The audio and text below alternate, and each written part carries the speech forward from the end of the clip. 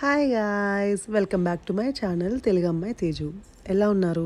నేనైతే చాలా బాగున్నాను. సో ఈ వాటికి మీకు టైటిల్ అయితే అర్థమై ఉంటుంది ఏంటి వీడియో అని చెప్పి.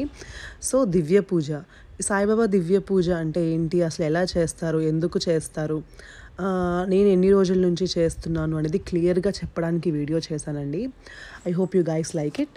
సో చాలా పూజలకి ఒక బుక్స్ అనేవి ఉంటాయి కదా, మన వినాయక చవితికి కానీ వరలక్ష్మి వ్రతంకి కానీ ఇట్లా కథలు బుక్స్ అనేది ఉంటుంది కదా, దీనికి అలాగే ఒక బుక్ అనేది ఉంటుంది, శ్రీ సాయి దివ్య పూజ అని చెప్పి. సో ఈ పూజ గురించి నాకు ఎట్లా తెలిసింది ఏంటి అని నాకైతే గుర్తులేదు. దాదాపు 8 years నుంచి నేను ఈ పూజ చేస్తున్నాను. 8 years ముందు అసలు ఎట్లా స్టార్ట్ చేశాను అని కూడా నాకు గుర్తులేదండి. సో ఈ బుక్ కాస్ట్ అరౌండ్ 8 rupees అట్లా పడుతుంది. నేను ఎట్లా చేయాలి ఏంటి క్లియర్గా చెప్తాను. ఈ బుక్లో రాసి ఉంటుంది పూజ ఎట్లా చేయాలి, ఏంటి, ఎందుకు చేస్తారు ఏంటి. ఇప్పుడు నార్మల్గా ఒక ముడుపు అనేది మనం ప్రిపేర్ చేసుకోవాలండి. ముందు ఆ ముడుపు ఎలా ప్రిపేర్ చేసుకోవాలి కూడా మన బుక్లో ఉంటుంది.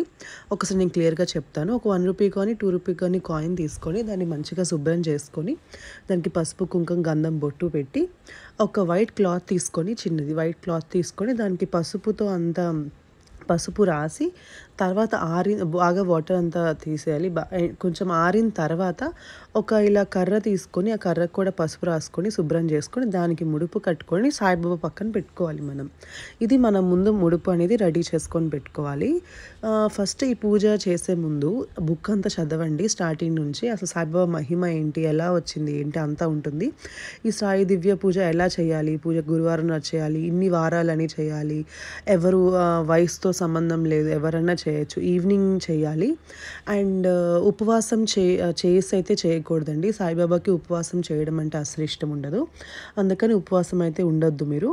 సత్యనారాయణ స్వామి వ్రతం చేసినప్పుడు మనకి పంతులు గారు అయితే కొన్ని కథలు చెప్తారు కదా, కొన్ని అధ్యాయాలాగా, వాళ్ళ కథలు, వాళ్ళకి ఇలా జరిగింది, వాళ్ళకి అలా జరిగింది. అలాగే ఈ బుక్లో కూడా కొన్ని కథలు అయితే ఉంటాయండి.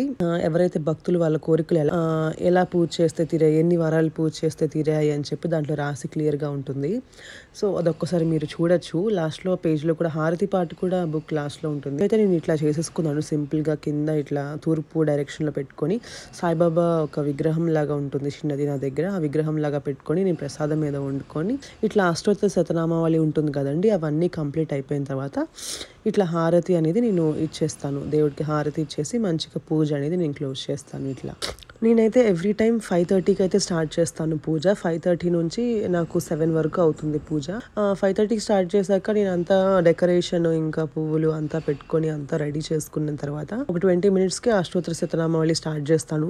శతనామావళి అయిపోయిన తర్వాత నేను ఒక బాబా గారివి 2-3 సాంగ్స్ అనేది నేను భజన్ లాగా పాడుకుంటాను. భజన్ లాగా పాడుకున్న తర్వాత హారతి అనేది పెట్టి ఇంకా నేను క్లోజ్ చేస్తాను పూజ. అసలు ఏం చేయాలి, తర్వాత ఏం చేయాలి అనేది నేను ఇప్పుడు చెప్పబోతున్నాను. నేను 11 వారాలు అనుకొని పూజ చేస్తున్నాను కాబట్టి 11 ముత్తైదువులను పిలిచి ఆ 11 పుస్తకాలు, 11 తాడులు, 11 తాంబూలాలు ఇస్తాను. ఇచ్చేసిన తర్వాత ఏదైతే పూజ సామాన్లు ఉంటుందో, ప్రసాదం కానీ, అట్టిపళ్ళు, పువ్వులు కానీ, మనం కట్టిన ముడుపు కానీ, ఇవన్నీ ఒక క్లాత్ వేసాం కదా, ఆ క్లాత్లో ఒక ముడుపులాగా కట్టేసి నేను గంగలో కలిపేస్తాను.